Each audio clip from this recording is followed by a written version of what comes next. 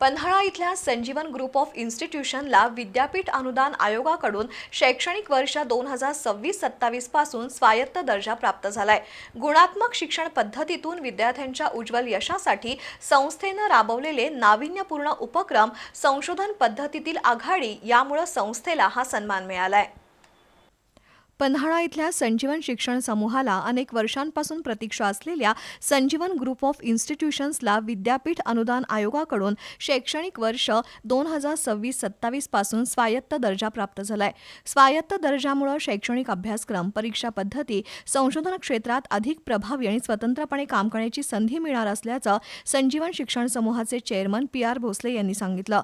संस्थेला स्वायत्त दर्जा मिळवण्याचं आपलं स्वप्न पूर्ण झालं असून उच्च शिक्षण क्षेत्रात नावलौकिक मिळवण्याची परंपरा संस्थेनं जोपासली असल्याचं सहसचिव NR भोसले यांनी सांगितलं।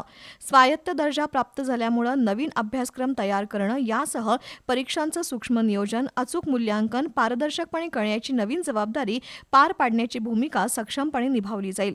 स्वायत्त दर्जा हे शैक्षणिक गुणवत्ता आणि सातत्यपूर्ण प्रयत्नांचं फलित असल्याचं यावेळी नमूद करण्यात आलं।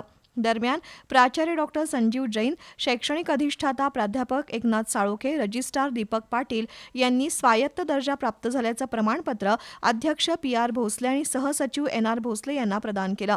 यावेळी डॉक्टर गजानन कोळी, डॉक्टर विनायक देवकर, प्राध्यापक राहुल नेसकर, प्राध्यापक जब्बार मेवेकरी उपस्थित होते।